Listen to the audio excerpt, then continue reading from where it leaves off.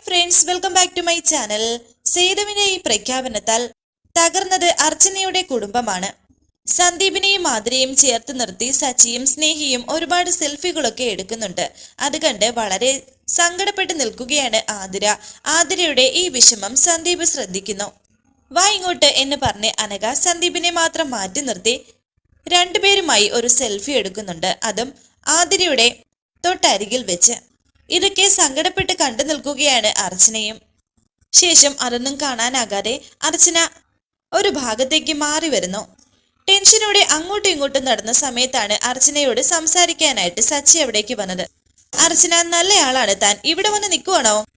ദേ അവിടെ തന്നെ അന്വേഷിക്കുന്നുണ്ട്, വാ എന്ന് പറഞ്ഞ് സച്ചി അർച്ചനയെ വിളിച്ചുകൊണ്ട് പോകാൻ തുടങ്ങുന്നു. ഞാൻ വരാം സച്ചിയേട്ടാ, എനിക്കൊരു വല്ലായ്മ പോലെ തോന്നുന്നു എന്നാ അർച്ചന പറഞ്ഞപ്പോൾ സച്ചി പറയുന്നു, അതങ്ങനെയാണല്ലോ, കുറെ ആൾക്കാർ കൂടുന്ന സ്ഥലത്ത് താൻ ബോധം കെട്ട് വീഴാറാണല്ലോ പതിവ്. പലപ്പോഴും ഞാൻ ശ്രദ്ധിക്കുന്നു, തനിക്കങ്ങനെ ആൾക്കൂട്ടവും ബഹളവും ഒന്നും ഇഷ്ടമല്ല അല്ലേ? ഇഷ്ടത്തിന്റെ കാര്യമല്ല സച്ചിയേട്ടാ, ചില അപ്രതീക്ഷ കാര്യങ്ങൾ കേൾക്കുകയും കാണുകയും ചെയ്യുമ്പോ ഒന്നും ചെയ്യാനാകാതെ പകച്ചു നിന്ന് പോവാണ്. എത്ര പെട്ടെന്നാണ് പലരുടെയും സുന്ദരമായ നിമിഷങ്ങളെ ആണി തറയ്ക്കപ്പെടുന്നത്. സച്ചി പറയുന്നു, മതി, ഇനി താൻ ഉദ്ദേശിച്ചത് എന്താണെന്ന് എനിക്ക് മനസ്സിലാവുന്ന രീതിയിൽ താൻ പറയും. പകച്ചു നിന്നോന്നും ആണി തറച്ചോന്നും എന്നൊക്കെ പറഞ്ഞാൽ എനിക്ക് മനസ്സിലാകാൻ കുറച്ച് പാടാണ്. അത് മനസ്സിലാക്കാൻ പാടൊന്നുമില്ല സച്ചിയേട്ടാ, ഞാൻ പറഞ്ഞത് സന്ദീപിന്റെയും അനഘയുടെയും കാര്യമാണ്. അവരുടെ എന്ത് കാര്യമെന്ന് സച്ചി ചോദിക്കുന്നു. സച്ചിയേട്ടൻ തോന്നുന്നുണ്ടോ സന്ദീപിന്റെയും അനഘയുടെയും ജീവിതം സക്സസ് ആവുമെന്ന്? അവർക്ക് എന്താ കുഴപ്പം? ഒരു കുറവുമില്ലാതെ സന്ദീപ് അനഘയെ നോക്കിക്കോളും, എനിക്ക് ഉറപ്പാണത് എന്ന് സച്ചി പറഞ്ഞപ്പോൾ അർച്ചന പറയുന്നു, ഈ കുടുംബത്തിൽ താലിക്കെട്ടി വരുന്ന പെണ്ണിന് ഒരു കുറവും ഉണ്ടാവില്ല എന്നുള്ളത് സത്യമാണ്. പക്ഷേ സന്ദീപിന്റെയും അനഘയുടെയും കാര്യത്തിൽ പരസ്പരം സ്നേഹത്തിന്റെ ഒരു കാര്യം ഉണ്ടാകും. അത് എന്തുകൊണ്ട് മൂടിയാലും നികത്താനാകാത്ത ഒരു കുറവാണ്. തന്നോട് സന്ദീപ് പറഞ്ഞോ അനഘയെ ഇഷ്ടമല്ലെന്ന് എന്ന് സച്ചി പറഞ്ഞപ്പോൾ അർച്ചന പറയുന്നു, അങ്ങനെ പറഞ്ഞില്ല, പക്ഷേ എനിക്കങ്ങനെ തോന്നി. അതൊക്കെ തന്റെ തോന്നല് മാത്രമാണ് അർച്ചന. താൻ നോക്കിക്കോ, നമ്മളെക്കാൾ സന്തോഷത്തിലായിരിക്കും അവര് ജീവിക്കാൻ പോകുന്നത് എന്ന് സച്ചി പറഞ്ഞപ്പോൾ അർച്ചന പറയുന്നു, നമ്മളെക്കാൾ സന്തോഷത്തിലോ? പെട്ടെന്ന് സച്ചിയുടെ മുഖം വാടി. എനിക്ക് സച്ചിയേട്ടനോട് ഒരു കാര്യമേ പറയാനുള്ളൂ. വ്യക്തമായിട്ട് എല്ലാവരുടെയും മനസ്സറിയാതെ ഇത് വിവാഹത്തിലേക്ക് കൊണ്ടുപോകരുത്. താൻ കൂടുതലൊന്നും ആലോചിക്കേണ്ട, അവരൊന്നിച്ച് ജീവിച്ചു തുടങ്ങട്ടെ, അപ്പോൾ എല്ലാം ശരിയായിക്കോളുമെന്ന് സച്ചി പറയുന്നു. ശരിയാവണേ എന്ന് ഞാനും പ്രാർത്ഥിക്കാം. വലിയ പ്രതീക്ഷകളോടെ വിവാഹം കഴിച്ചു കൊടുത്തിട്ട് കട്ടിലിന് അപ്പുറവും ഇപ്പുറവും ഷീറ്റ് വിരിച്ച് കിടക്കേണ്ട അവസ്ഥ അവർക്കുണ്ടാവരുത് എന്ന് അർച്ചന പറഞ്ഞപ്പോൾ സച്ചി അതിനെപ്പറ്റി ആലോചിക്കുന്നു.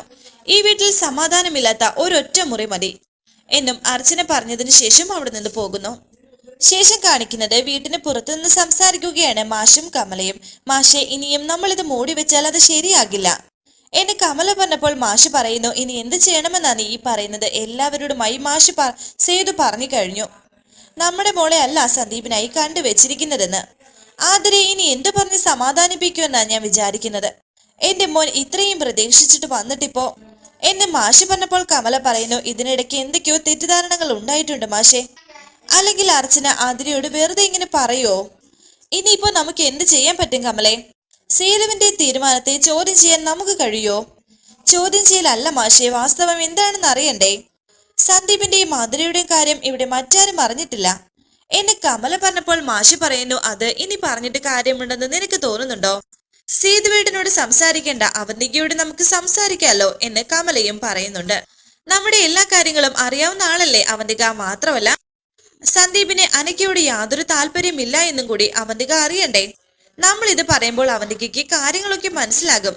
അനഘയെ അവള് പറഞ്ഞ് മനസ്സിലാക്കുകയും ചെയ്യും. എന്നിട്ട് സേതുവേട്ടനോട് അവൾ തന്നെ സംസാരിച്ചോളും. മാഷൊന്ന് വന്നേ എന്ന് പറഞ്ഞ് മാഷിനെയും കൂട്ടി പോകുകയാണ് കമല. അവന്തികയെ ഒന്നിങ്ങോട്ട് വരുവോ എന്ന് കമല പറയുന്നുണ്ട്. അവന്തികയോടൊപ്പം അനഘയും വന്നു. അവന്തിക അവരോട് ചോദിക്കുന്നു, എന്താ രണ്ടാൾക്കും എന്നോട് എന്തെങ്കിലും പറയാനുണ്ടോ? എന്ത് കാര്യമാണെങ്കിലും നിങ്ങൾ ഇപ്പോ അത് പറയണ്ട. ഇന്നത്തെ ദിവസം ഇവളുടെ കല്യാണത്തെ പറ്റി അല്ലാതെ മറ്റൊന്നും ഞാൻ ചിന്തിക്കുന്നതേയില്ല. ഇവളുടെ ഏറ്റവും വലിയ ആഗ്രഹമായിരുന്നു സന്ദീപിനെ വിവാഹം കഴിക്കുക എന്നത്. ആ ആഗ്രഹം സാധ്യമായ ദിവസമാണിന്ന്. ഞാൻ മനസ്സ് നിറഞ്ഞ് സന്തോഷിക്കുന്ന ദിവസം. ഇതിനു മുമ്പ് ഒരു ദിവസവും ഞാൻ ഇതുപോലെ സന്തോഷിച്ചിരുന്നു. അർച്ചന ഈ വീട്ടിലേക്ക് വന്ന ദിവസം. അമ്മയും അച്ഛനും ഇല്ലാത്ത ഇവൾക്ക് അവരുടെ സ്ഥാനത്ത് നിങ്ങൾ രണ്ടുപേരും വേണം, നിങ്ങളുടെ അനുഗ്രഹവും വേണം എന്നൊക്കെ അവന്തിക പറയുകയും അനഘ അകത്തേക്ക് പറഞ്ഞു വിടുകയും ചെയ്യുന്നു. പിന്നെ അർച്ചനയുടെ കാര്യം അച്ഛനോട് പറയുന്നതിനെ കുറിച്ചല്ലേ എന്നോട് പറയാനുള്ളത്? ഇന്ന് അതിനെക്കുറിച്ച് നമുക്ക് സംസാരിക്കേണ്ട, ഇത്രയും സന്തോഷങ്ങൾക്കിടയിൽ വിഷമിക്കുന്ന കാര്യം പറയണ്ട എന്ന് പറഞ്ഞ് സന്തോഷത്തോടെ അവന്തിക അവിടുന്ന് പോകുന്നു. അവന്തികയോടും അവർ കാര്യങ്ങളൊന്നും പറഞ്ഞില്ല. എന്നാൽ അവർ വന്നത് എന്തിനാണെന്ന് അവന്തികയ്ക്ക് അറിയാം. അവരുടെ മുന്നിൽ മാറ്റി പറയുകയായിരുന്നു അവന്തിക ചെയ്തത്. ശേഷം കാണിക്കുന്നത് ഒരു സ്ഥലത്ത് മാറി നിന്ന് പൊട്ടിക്കരയുകയാണ് ആതിര. അത് കണ്ട് സന്ദീപ് അവിടേക്ക് വന്നു. ആതിരയുടെ ഈ കരച്ചിൽ സന്ദീപിനെ കണ്ടു നിൽക്കാൻ കഴിയുന്നില്ല. സന്ദീപ് ആതിരയോട് സംസാരിക്കാൻ തുടങ്ങിയപ്പോൾ ആതിര സന്ദീപിന്റെ മുന്നിൽ നിന്നും ഒഴിഞ്ഞു മാറാൻ ശ്രമിക്കുന്നു. സത്യമായിട്ടും എനിക്കിതിനെ കുറിച്ച് ഒന്നും അറിയില്ലായിരുന്നു. അർച്ചനയടുത്തേക്ക് എന്തോ തെറ്റ് പറ്റിയതാണ്. അച്ഛൻ ഇതാണ് ഇരുന്നെന്ന് ഞാൻ നേരത്തെ അറിഞ്ഞിരുന്നെങ്കിൽ ഇതിന്ന് ഞാൻ അച്ഛനെ പറഞ്ഞ് പിന്തിരിപ്പിച്ചേനെയായിരുന്നു. ആതിര ചോദിക്കുന്നു, അപ്പോ ഇനി സന്ദീപിനെ കൊണ്ട് ഒന്നും ചെയ്യാൻ കഴിയില്ല എന്നാണോ പറഞ്ഞു വരുന്നത്? അങ്ങനെയല്ല എന്ന് സന്ദീപ് പറഞ്ഞപ്പോൾ ആതിര പറയുന്നു, ഇനി ഞാൻ എന്താ ചെയ്യേണ്ടത്? സന്ദീപ് പറ, അതുപോലെ ഞാൻ അനുസരിക്കാം. ഞാൻ അച്ഛനോട് നമ്മുടെ കാര്യങ്ങൾ അവതരിപ്പിക്കാം. അതിന് എനിക്ക് കുറച്ച് സാവകാശം തന്നാ മതിയെന്ന് സന്ദീപ് പറയുന്നു. സന്ദീപിന്റെ അച്ഛന്റെ തീരുമാനത്തിൽ നമുക്കിനി എന്താ ചെയ്യാൻ കഴിയാ? ഇതൊക്കെ അച്ഛനെ പറഞ്ഞ് ബോധ്യപ്പെടുത്താൻ സന്ദീപ് എടുക്കുന്ന സാവകാശം അത് എത്ര നാളാണ്? അതിനിടയിൽ അവർ ബാക്കി കാര്യങ്ങളൊക്കെ ഫിക്സ് ചെയ്യും, അതെനിക്ക് ഉറപ്പാണ്. സന്ദീപിന്റെ ഈ മൗനമാണ് കാര്യങ്ങൾ ഇത്രമേൽ കൊണ്ടെത്തിച്ചത്. അതോ ഇനി നിനക്ക് മനക്കയെ വിവാഹം കഴിക്കണമെന്ന് തന്നെയാണോ ആഗ്രഹം? അങ്ങനെയാണെങ്കിൽ പറഞ്ഞാൽ മതി, ഞാൻ മാറി തന്നേക്കാം. സന്ദീപ് പറയുന്നു. ആതിരെ, നീ എന്തൊക്കെയായി പറയുന്നത്? അച്ഛന്റെ മനസ്സിൽ എന്തായിരുന്നു എന്ന് നീ കേട്ടതുപോലെ തന്നെ ഞാനും കേട്ടത്. പെട്ടെന്ന് അത് കേട്ട ഷോക്കിൽ എന്ത് ചെയ്യണമെന്നറിയാതെ പകച്ചു നിന്നു പോയി ഞാൻ. ആതിര പറയുന്നു, എനിക്കറിയാം, പക്ഷേ എന്റെ സന്തോഷം മാത്രം മുൻനിർത്തി എന്റെ ആളുകൾ ഇവിടെ നിന്നിട്ടുണ്ട്, എന്റെ വീട്ടുകാർ. അവരോട് ഞാൻ ഇനി എന്ത് ന്യായീകരണമാ പറയേണ്ടത്? എനിക്കറിയാം എന്താ സംഭവിക്കാൻ പോകുന്നെന്ന്. ഈ ബന്ധത്തിന് എല്ലാവരും കൂടി സന്ദീപിനെ നിർബന്ധിക്കും. നിവൃത്തിയില്ലാതെ സന്ദീപ് അനഘയുടെ കഴുത്തിൽ താലി കെട്ടുകയും ചെയ്യും. നിന്നെ സ്നേഹിച്ചത് കൊണ്ട് മാത്രം ഞാൻ വലിയ ഡിപ്രഷനിലേക്ക് പോകും. സന്ദീപ് പറയുന്നു. ആതിരെ, നീ ഇങ്ങനെ ഓരോന്ന് ഊഹിച്ച് സങ്കടപ്പെടാതെ. എന്ത് വന്നാലും ശരി. ആതിരെ പറഞ്ഞ സന്ദീപിനൊരു ജീവിതമില്ല. ഇപ്പൊ തന്നെ ഞാൻ അച്ഛനോട് നമ്മുടെ കാര്യം തുറന്നു പറയാൻ പോവാണ് എന്നെ പറഞ്ഞ് സന്ദീപ് പോകാൻ തുടങ്ങിയപ്പോൾ ആതിര പറയുന്നു, സന്ദീപ് ഒന്ന് നിന്നേ. ഇനിയും ഈ കാര്യത്തിൽ നിനക്ക് പ്രതീക്ഷയുണ്ടോ? എന്നെ പോലൊരു പെൺകുട്ടിയല്ലേ അവളും. അവൾ ഇതിന് സമ്മതിക്കുമെന്ന് നിനക്ക് തോന്നുന്നുണ്ടോ? മറ്റാരുടെയും കാര്യം എനിക്ക് അറിയണ്ട. എനിക്ക് എന്റെ അച്ഛനെ മാത്രം ബോധ്യപ്പെടുത്തിയാൽ മതി. എല്ലാവരുടെയും മുന്നിൽ വെച്ച് അച്ഛൻ പറഞ്ഞ കാര്യം ഞാൻ അച്ഛനെ കൊണ്ട് തന്നെ തിരുത്തി പറയിക്കും. നീ നേരത്തെ പറഞ്ഞതുപോലെ എന്റെ മൗനം കാരണം ഇനി കൂടുതൽ പ്രശ്നങ്ങൾ ഉണ്ടാകണ്ട എന്ന് പറഞ്ഞ് സന്ദീപ് പോകുന്നു. അനഘയോട് സേതു പറയുന്നുണ്ട്. സേതു അനഘയോട് പറയുന്നു, സത്യം പറഞ്ഞാൽ ഇപ്പോൾ എനിക്ക് മനസ്സിന് നല്ല സമാധാനമുണ്ട്. അവന്തികയെ പോലെയും അർച്ചനെ പോലെയും ഒരു നല്ല മരുമകളായിരിക്കണം നീയും. എനിക്കും അത്രയുള്ളൂ ആഗ്രഹമെന്ന് അനഘയും പറയുന്നുണ്ട്. അവിടേക്ക് സന്ദീപ് എത്തി. രണ്ടുപേരുടെയും അനുവാദം ചോദിക്കാതെ ഞാൻ നിങ്ങളുടെ കാര്യത്തിൽ ഒരു തീരുമാനം എടുത്തത്. നിങ്ങളുടെ അനുവാദത്തിന് ഞാൻ കാത്തു നിൽക്കാത്തത് വേറൊന്നും കൊണ്ടല്ല. എനിക്ക് നിങ്ങളുടെ രണ്ടുപേരെയും വിശ്വാസമായിരുന്നു. അതിലെല്ലാം ഉപരി അവന്തികയുടെ ഈ കുടുംബത്തിന് തീർത്താൽ തീരാത്ത കടപ്പാടുണ്ട്. കടപ്പാടുകൾ ഞാൻ നിങ്ങളുടെ തലയിൽ കെട്ടിവെക്കുകയല്ല. എന്റെ നന്ദനി ഇനി തിരിച്ചു വരാതിരുന്നാൽ അവന്തിക ഈ കുടുംബത്തിന് അന്യാവുമെന്ന് എന്നോട് പറഞ്ഞപ്പോ ഇതല്ലാതെ മറ്റൊരു വഴിയും ഞാൻ കണ്ടില്ല. ഈ കുടുംബത്തിന് വേണ്ടി സ്വന്തം ജീവിതം മാറ്റിവെച്ചവളാണ് അവന്തിക. അവൾക്ക് തിരികെ കൊടുക്കാൻ എന്റെ പക്കൽ വേറൊന്നും ഇല്ലാണ്ടായി പോയി. പിന്നെ ഈ അച്ഛന്റെ ആയുസ് എത്ര നാളാണെന്ന് അറിയില്ല. അതിനു മുമ്പ് നിങ്ങളുടെ വിവാഹം നടത്തണം. നിങ്ങൾ രണ്ടുപേരും ഇത്രയും കാലം എങ്ങനെയായിരുന്നു എന്ന് എനിക്ക് അറിയില്ല. ഇനി മനസ്സ് തുറന്ന് സംസാരിക്കണം, പരസ്പരം മനസ്സിലാക്കണം, ഇഷ്ടങ്ങൾ പങ്കുവയ്ക്കണം. ഇഷ്ടങ്ങളെക്കാൾ കൂടുതൽ പരസ്പരം വിശ്വസിക്കണം. പ്രണയം, വിശ്വാസം എന്നീ 3 അക്ഷരമുള്ള ഈ വാക്കുകൾക്ക് മരണം വരെ സ്നേഹിക്കാനും കരുതാനുമുള്ള ശക്തിയാണ്. 2 രീതിയിൽ വളർന്നവരാണ് നിങ്ങൾ രണ്ടുപേരും. 2 ചിന്തകൾ, 2 ഇഷ്ടങ്ങൾ, 2 താല്പര്യങ്ങൾ. ഇനി അതെല്ലാം ഒന്നാക്കാൻ ശ്രമിക്കണം. പരസ്പര സ്നേഹത്തിൽ സാധിക്കാത്തതായി ഒന്നുമില്ല ഈ ലോകത്ത് എന്നൊക്കെ സേതു കുറെ കാര്യങ്ങൾ അവരോട് പറയുന്നുണ്ട്. ഇതൊക്കെ കേട്ട ശേഷം അനഘ പറയുന്നു, മനസ്സിലായെങ്കിൽ എന്റെ ഇഷ്ടങ്ങളും താല്പര്യങ്ങളും സന്ദീപിന് മേൽ ഞാൻ അടിച്ചേൽപ്പിക്കില്ല. സന്ദീപ് ആഗ്രഹിക്കുന്ന ഒരു ഭാര്യയാകാൻ എനിക്ക് സാധിക്കും. സന്ദീപിനെ സ്നേഹിച്ച് സന്ദീപിന്റെ കാര്യങ്ങൾ നോക്കി ഇനി അങ്ങോട്ട് ജീവിക്കണം എന്ന് തന്നെയാണ് എന്റെയും ആഗ്രഹം. ഇതെല്ലാം കേട്ട ശേഷം സന്ദീപിനാണെങ്കിൽ ഒന്നും പറയാൻ കഴിയുന്നില്ല. സന്ദീപിനോട് സേതു ചോദിക്കുന്നു, നിനക്കെന്താ ഒന്നും പറയാൻ കഴിയാത്തതുപോലെ? എന്നെ പോലെ പെട്ടെന്നൊരു തീരുമാനമെടുക്കാൻ സന്ദീപിന് കഴിയാത്തതായിരിക്കും. അത് ഞാൻ ശരിയാക്കി എടുത്തോളാം എന്നെ അനഘ പറയുന്നുണ്ട്. ആ സമയം സന്ദീപ് അനഘയോട് പറയുന്നു, എനിക്ക് അനഘയോടൊരു കാര്യം സംസാരിക്കാനുണ്ട്, ഒന്ന് വരുവോ? ചെല്ലുമോളെ, പോയി അവനോട് സംസാരിക്കേ. നിങ്ങളായിട്ട് മാത്രം ഇതുവരെ സംസാരിച്ചിട്ടില്ലല്ലോ എന്ന് സേതുവും പറയുന്നുണ്ട്. അങ്ങനെ സന്ദീപും അനഘയും ഒരുമിച്ച് സംസാരിക്കുന്നു. സന്ദീപാണെങ്കിൽ ആകെ അസ്വസ്ഥനാണ്. സന്ദീപ് എന്താ വരാൻ പറഞ്ഞത് എന്ന് അനഘ ചോദിച്ചപ്പോൾ സന്ദീപ് പറയുന്നുണ്ട്, എന്താ നിന്റെ ഉദ്ദേശം? ഉദ്ദേശമോ? എന്തുദ്ദേശമെന്ന് അനഘ പറഞ്ഞപ്പോൾ സന്ദീപ് പറയുന്നു, ദേ ഒരു കാര്യം ഞാൻ ഇപ്പോഴേ തുറന്നു പറയാം, ഈ വിവാഹം നടക്കില്ല. നിന്നോട് ഞാൻ പല പ്രാവശ്യം പറഞ്ഞിട്ടുള്ളതാണ് ഈ കാര്യം. അതിന് ഞാൻ എന്ത് ചെയ്തെന്നാ സന്ദീപ് പറയുന്നത്? ഇതൊക്കെ ഞാൻ ചെയ്തു വെച്ചതാണോ? അങ്കിൾ ഓരോ തീരുമാനങ്ങൾ എടുക്കുന്നതല്ലേ. സന്ദീപിന് ഈ വിവാഹത്തോട് താല്പര്യമില്ലെങ്കിൽ അത് എന്നോടല്ല പറയേണ്ടത്, സേതു അങ്കിളിനോടാണ്. ഇപ്പൊ അങ്കിൾ സംസാരിച്ചപ്പോ സന്ദീപിന് തുറന്നു പറഞ്ഞുകൂടായിരുന്നോ? ഓ, പറയുന്നത് പോലെ ഈ വിവാഹത്തിന് താല്പര്യമില്ല എന്ന് മാത്രം പറഞ്ഞാൽ പോരല്ലോ, വൃന്ദാവനത്തിലെ ആതിര ഇഷ്ടമാണെന്ന് കൂടി പറയണ്ടേ എന്ന് അനഘ പറഞ്ഞപ്പോൾ അത് കേട്ട് ഞെട്ടലോടെ സന്ദീപ് നിൽക്കുന്നു. സന്ദീപ് ഞെട്ടണ്ട, എല്ലാം അറിഞ്ഞു വെച്ചിട്ട് തന്നെയാണ് ഈ വിവാഹത്തിന് ഞാൻ സമ്മതിച്ചത്. അങ്ങനെ ഇപ്പോ എന്റെ സ്നേഹം കണ്ടില്ല എന്ന് നടിച്ചിട്ട് അവളുടെ പിറകെ പോകണ്ട. അവളെ പോലൊരു പെൺകുട്ടി തന്നെയാണ് ഞാനും. എന്നിൽ കാണാത്ത മറ്റെന്ത് പ്രത്യേകതയാണ് അവളിൽ കണ്ടത് എന്നെനിക്ക് അറിയില്ല. സന്ദീപ് പറയുന്നു, നിനക്ക് അറിയില്ല എന്നല്ല, നിനക്ക് മനസ്സിലാവുന്നില്ല എന്ന് വേണം പറയാൻ.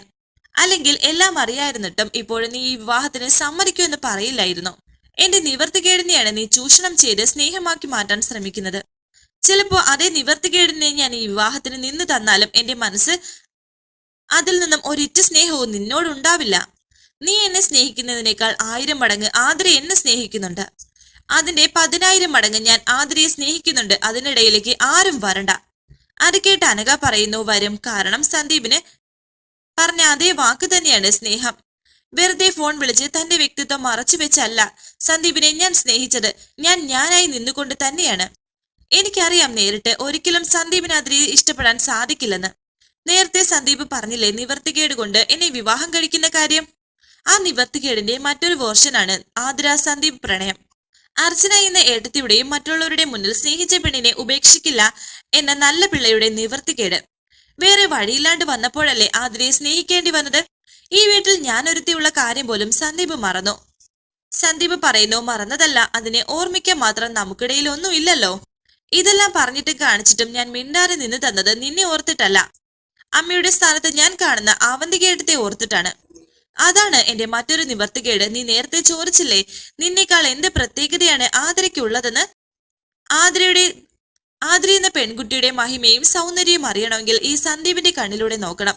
എന്റെ മനസ്സുകൂടി അറിയണം. കൺമുന്നിൽ നിന്നും ഇഷ്ടമായി എന്ന് പറഞ്ഞാൽ മാത്രം പോരാനൊക്കെ. കാണാതിരുന്നാലും എന്നെ സ്നേഹിക്കുന്ന ഒരാൾ അപ്പുറത്തായി എനിക്കായി കാത്തിരിക്കുന്നു എന്നുകൂടി ഓർക്കണം. അതാണ് പരസ്പരമുള്ള സ്നേഹബന്ധം. ബാക്കി എല്ലാവരുടെയും കണ്ണിൽ ആതിര നിന്നേക്കാൾ താഴെയാണ്. പക്ഷെ എന്റെ മനസ്സിൽ അവളാണ് എനിക്കെല്ലാം. അവളെ പിരിഞ്ഞൊരു ജീവിതം എനിക്ക് ഉണ്ടാവില്ല. അതുകൊണ്ടാണ് ഞാൻ പറയുന്നത്, ഇനിയും അനഘ സ്വയം ഒരു വിഡ്ഢിയാകരുത്. ഇല്ലാത്ത സ്നേഹം ഉണ്ടാക്കാനും ശ്രമിക്കരുത്. വിവാഹമല്ല എല്ലാത്തിന്റെയും അവസാനം. തന്നെ വേണ്ടാത്തവരെ തനിക്കും വേണ്ട എന്നുള്ള രീതിയിൽ അനഘ ഇനിയും മാറിയില്ലെങ്കിൽ പിന്നെ അനഘയെ തിരികെ കൊണ്ടുവരാൻ ആർക്കും കഴിയില്ല, ആർക്കും എന്ന് പറഞ്ഞ് സന്ദീപ് അവിടെ നിന്ന് പോകുന്നു. അനഘയാണെങ്കിൽ വളരെ വിഷമത്തോടെ നിൽക്കുന്നു. ശേഷം കാണിക്കുന്നത് മീരയുടെ അനൂപ് പറയുന്നു, ഇപ്പോ എന്തായി? ഞാൻ പറഞ്ഞതല്ലേ വരണ്ടാന്ന്. അനൂപേടന്റെ സംസാരം കേട്ടാൽ തോന്നുമല്ലോ ഞാൻ എന്തോ തെറ്റ് ചെയ്തെന്ന്. നിങ്ങൾ എല്ലാവരും വന്ന പോലെയല്ലേ ഞാനും ഇങ്ങോട്ടേക്ക് വന്നതെന്ന് മീര പറയുന്നുണ്ട്. നിനക്കായിരുന്നല്ലോ അത്യാവശ്യം സന്ദീപിനെ കൊണ്ട് ആതിരെ വിവാഹം കഴിപ്പിക്കാൻ. മീര പറയുന്നു, അതിനിപ്പോ ഞാൻ അറിഞ്ഞോ ആ ചെക്കന്റെ മനസ്സിലൊന്നും ഇവിടെയുള്ളവരുടെ മനസ്സിൽ വേറൊന്നുമാണെന്ന്. എനിക്ക് തോന്നുന്നത് സന്ദീപിന്റെയും ആതിരയുടെയും കാര്യം ഈ വീട്ടിൽ വേറെ ആർക്കും അറിയില്ലെന്നാണ്. അത് നിന്റെ തോന്നലല്ലേ? എന്നാൽ എന്റെ തോന്നൽ അങ്ങനെയല്ല. ഇത് ഇവിടെ എല്ലാവർക്കും അറിയായിരുന്നു. മനഃപൂർവ്വം എല്ലാവരെയും വിളിച്ചു വരുത്തി അപമാനിച്ചതാണെന്നാ എനിക്ക് തോന്നുന്നത് എന്നൊക്കെ അനൂപ് പറഞ്ഞപ്പോൾ മീര പറയുന്നു, അവരെന്തിനാ അങ്ങനെ ചെയ്യുന്നത്? നിങ്ങളുടെ പുന്നാര പെങ്ങളല്ലേ പറഞ്ഞത് ഇങ്ങ് വന്നാ മതി, എല്ലാം ഓക്കെയാണെന്ന്. എന്നിട്ട് ഇപ്പോ അവളും ഒന്നും മിണ്ടുന്നില്ലല്ലോ. അനൂപ് പറയുന്നു, ആരും ഒന്നും മിണ്ടിയാലും ഇല്ലെങ്കിലും ആതിരയുടെ ജീവിതം ഇപ്പോ എന്തായി? അവൻ അവളോട് കുറച്ചെങ്കിലും സ്നേഹമുണ്ടായിരുന്നെങ്കിൽ അവൻ പറയില്ലായിരുന്നോ സത്യങ്ങളെല്ലാം? അപ്പോ അവരെല്ലാം നല്ലവരുമായി, നമ്മളെല്ലാം മോശപ്പെട്ടവരുമായി. ഇനി എനിക്കറിയാം ആതിരയുടെ കാര്യത്തിൽ എന്ത് തീരുമാനം എടുക്കണമെന്ന്. അത് കേട്ടൊന്നും മിണ്ടാറി നിൽക്കുകയാണ് മീര. വരാനിരിക്കുന്ന പുതുപുത്തൻ എപ്പിസോഡുമായി വീണ്ടും കാണാം. Thank you for watching. Please subscribe, like, share my channel.